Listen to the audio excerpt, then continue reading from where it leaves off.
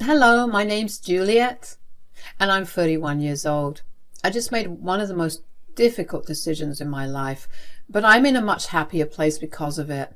Let me start by introducing you to my ex-husband, Austin. Austin and I met through some mutual friends.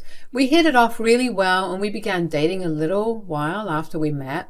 We had a picture-perfect relationship. We barely fought, and we had a good understanding about each other. When we hit the 1 year mark, Austin decided that it was time for him to introduce me to his mother. Oh, hello. Hello. It's a pleasure to meet you. So how long have you and Austin been together? We've been together for about 3 years now. Austin, you were with Chelsea for 6 years and you never asked her to marry you. Mom, drop it. I'm sorry, who's Chelsea? Chelsea was my girlfriend through high school and college. They were perfect for each other. Chelsea was the sweetest, most beautiful girl I'd ever seen. I was sure that both of them would get married. Mom, you know we had our differences, so we split. Besides, can we focus on Juliet right now? Right. So what do you do for a living? I'm an accountant. So rest assured, Austin will never struggle with any of the finances or filing of taxes. That sounds boring, you know. Chelsea is currently doing her PhD in language studies, and she's doing that while also traveling around the world. Wait, really? Oh, yeah. I didn't want things to be awkward between us, so I never really told you that I was still in contact with her. Whether you marry her or not, she is always going to be my daughter-in-law in my eyes. Okay, but I'm going to be your daughter-in-law in reality. I mean, if Austin and Chelsea couldn't last, I guess you are a good enough backup for him. Backup? I'm not his backup. Okay, things are getting a bit too heated. Why don't we drop the topic and focus on something other than my ex? Look, all I'm saying is that, Austin, I think you can do better than Juliet. Chelsea is still single, and I'm sure now that the both of you have grown in so many ways you can get together again. Are you seriously trying to set my fiancé up with another woman right in front of my face? Mom, that's enough. Juliet, be respectful and don't talk to my mom that way. Now, can we please just resume dinner? I was genuinely shell-shocked by what had happened. I've heard horror stories about your partner's parents not liking you, but for them to actively try to get your partner back into an old relationship while you were sitting right in front of them was a whole new ball game for me. I could tell that what Rosa said had some impact on Austin. He suddenly felt a lot different and on more accounts than one. I caught him lurking on Chelsea's social media pages, debating whether to request a follow or not. When I confronted him about it, he apologized and said he was just curious. He stopped thinking about her after that. Another year passed and I limited all interactions with Rosa because whenever I did meet her, she would compare me to Chelsea and she would give Austin updates about her. This would affect him, and we'd be stuck in that cycle of him getting affected, me confronting him, and him forgetting. But Austin asked me to marry him, and I really did love him, which is why I said yes. The wedding went by without a hitch. I hoped that a good wedding meant a good marriage, but boy was I wrong. Rosa's taunts about me never being like Chelsea only got worse. She never failed to make me feel inferior, and Austin never stopped her. Nothing I did was going to be as good as Chelsea.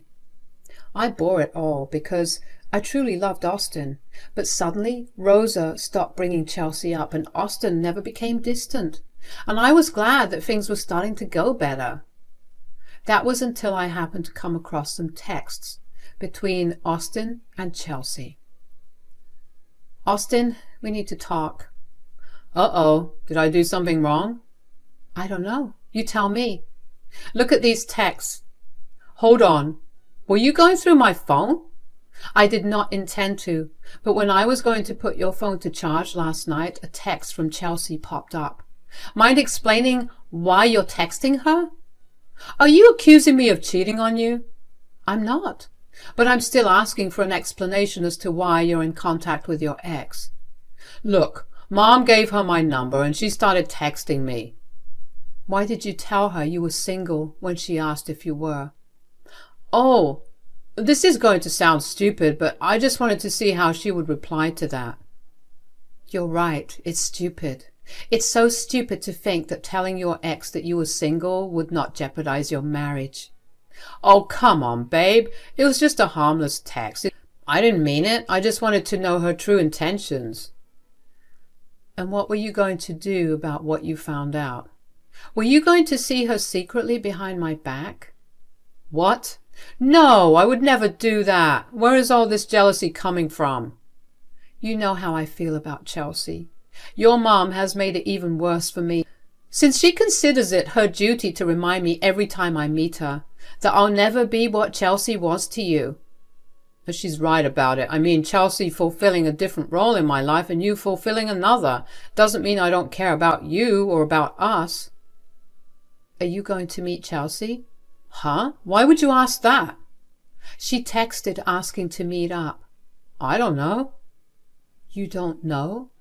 Shouldn't the answer be clear to you? Well, yes, but at the same time, I really do want to meet her and see how life has been treating her.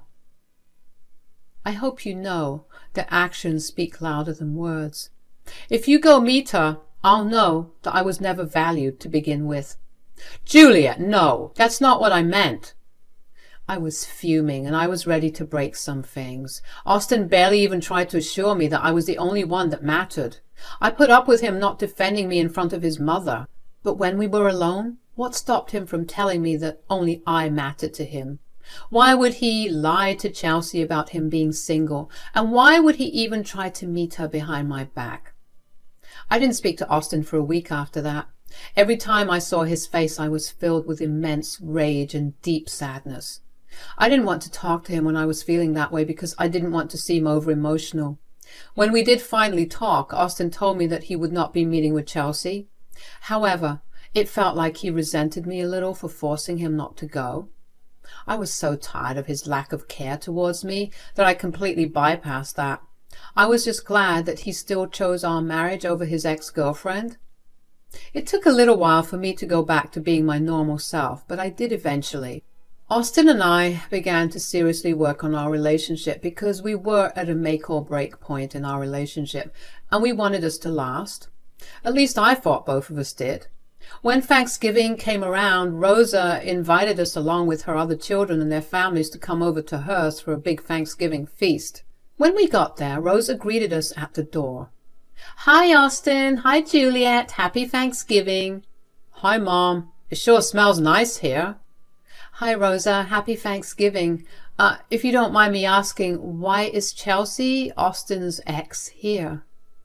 Oh, you know that girl is a part of the family. She had nowhere to go for Thanksgiving, so I invited her over. Oh, that's nice. I can't wait to catch up with her. You're going to have a blast learning about her life. So much has happened since you broke up. Rosa, you know that I don't like Chelsea. She tried to ruin my relationship with Austin on many occasions. Why would you invite her over?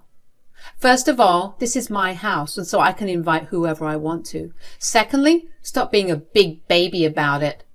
She and Austin are not getting together anytime soon. Babe, I love that you're a little jealous, but I'm sure Chelsea has changed. I mean, look at her. She looks like a whole new person.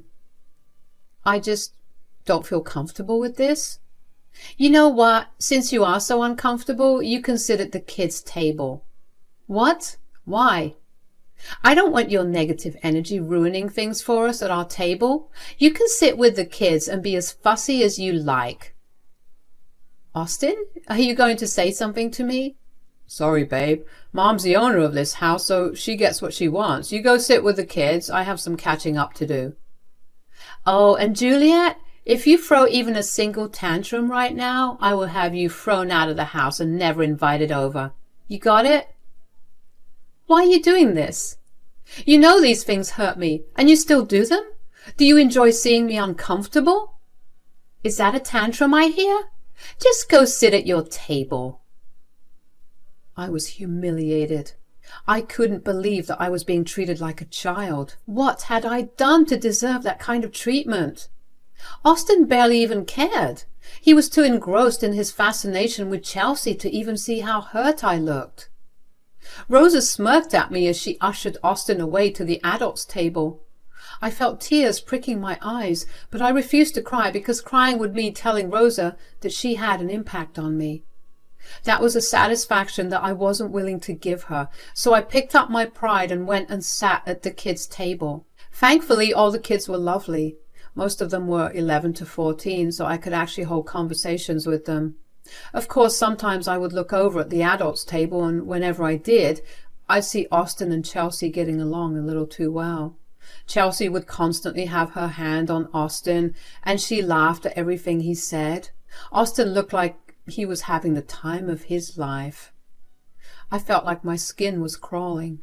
How could Austin behave that way when he knew his wife was seated not even 5 feet away from him?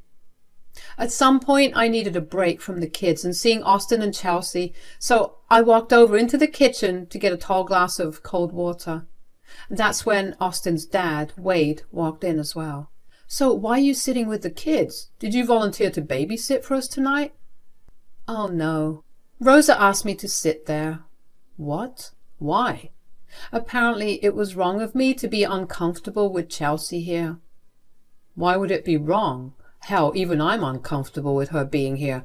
I know I wouldn't want any of Rosa's exes here on Thanksgiving." "Tell me about it. It just hurts to see Austin not even have a problem with it. He's so caught up with catching up with her that he doesn't even care about how hurt I am." "Yeah, I completely agree. This isn't how I raised my son. Do you want to say something?" "Well, I would, but Rosa threatened to kick me out, so I really don't want to do that." "What? Why would she kick you out?" "I mean, I guess I'm used to it." "Why in the world are you used to it?" "Well, Rosa has never really liked me." "What?" "No, that's nonsense. She loves you." "Oh, I can assure you that she does not. She's made it clear on several occasions that I will never compare to Chelsea." "I watched their relationship, and let me tell you, you're a million times better than her." "Oh, thanks, Wade. How come I've never heard all this?" You're almost always working, and Rosa threatens me to keep my mouth shut." "Yeah, that track. How come Austin hasn't said anything?" "Austin can never seem to disrespect his mother. He tells me to just go with the flow to avoid any conflict." "Why would you avoid conflict when you're the one that's constantly getting hurt?" "I wish I could tell you, Wade." "You know what? I'm going to deal with this. I'm not going to let you suffer like this." "No, I don't think you should. It'll only make things worse for me." "I highly doubt that. Listen, I know I'm only your father-in-law, but I think you should reconsider things with Austin. You deserve a man that will always stand up for you, not someone who put you down just to avoid conflict." "I know. I just can't begin to imagine starting over again." "Anything's better than you being treated like a doormat." "You're right. I'll think about it." "Good. Now let me take care of things here." I knew deep down that Wade was right. I mean, how long would I be able to survive always being second to Austin? If he didn't make me feel that way, then Rosa definitely did. She never failed to tell me how I could never measure up to Chelsea. And whenever she did, Austin never stood up for me or even reassured me that there was nothing to talk about. After my conversation with Wade, I got really lost in my thoughts. I went back to the kids' table and sat there just thinking about what it would be like to start over. The process of divorce seemed scary, and getting one made me feel like I was a failure. I mean, I couldn't even make my marriage last. I knew it wasn't me that made the relationship fail, but the feeling was still there.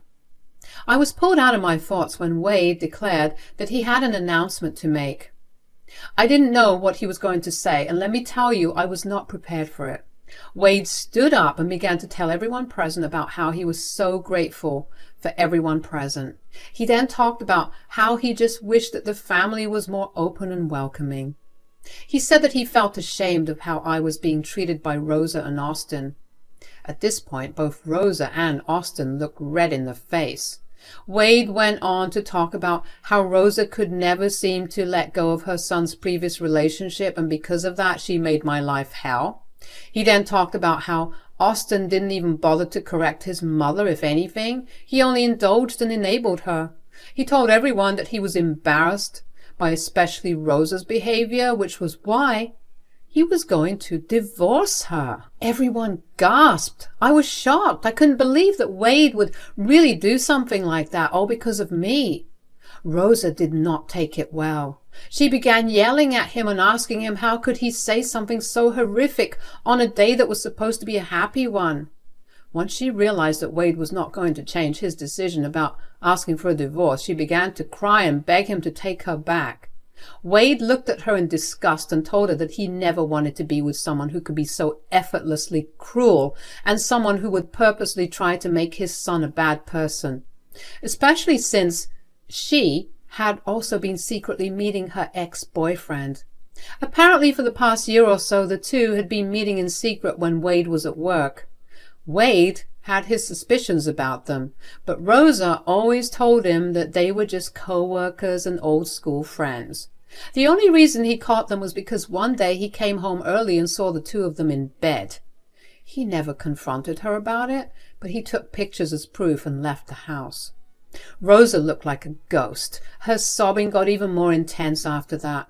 Wade told her that she was projecting her actions onto Austin, and that was not okay. Rosa kept begging and pleading with Wade, but Wade just put his drink down, took his coat, and left the house. The entire room was silent because everyone was still reeling from the shock of what happened. I think it's safe to say that the rest of the dinner did not go so well. Rosa was too embarrassed to stay among the rest of her family, and slowly everyone left as well. Austin told me that he was going to stay the night with his mother because he didn't know if she would do something to herself. I was glad that he was going to be away from me because I needed time to think about things. On the drive back home, I began to think of Wade and the courage he had to stand up for himself. I then thought about Wade's advice, and I knew that I needed to stand up for myself. If Wade could break his decades-long relationship because he knew his worth and importance, then so could I. I knew I deserved better. That night, I slept a lot better because I knew that I would soon have the peace I always wanted. Austin only came back home the next evening. He looked exhausted, and so he confided in me, but I was not ready to care about what he was saying. "Oh, I can't believe that my parents are getting a divorce right now." "Yeah. I mean, can you believe the things that Dad revealed? My mom's a mess. Thankfully, Chelsea's there to look after her. I can't do this anymore. I want a divorce." "What? You're clearly still into Chelsea. I don't want to be in a relationship with someone who cannot put me first. You want a divorce because I mentioned Chelsea looking after my mother?" "No, I want it because you have repeatedly let me be walked all over by your mother when she praised your ex. You never once came to my defense, not to mention how you repeatedly hid and lied to me about your conversations with Chelsea. You know I can't go against my mother. That's the one thing that I'll never change. And as for my conversations with Chelsea, they were all harmless, nothing explicit. Standing up for your wife when she's being ridiculed is not against your mother, Austin. I don't care that those texts were clean. What matters is that you kept up the conversation with her even after I told you that it made me uncomfortable."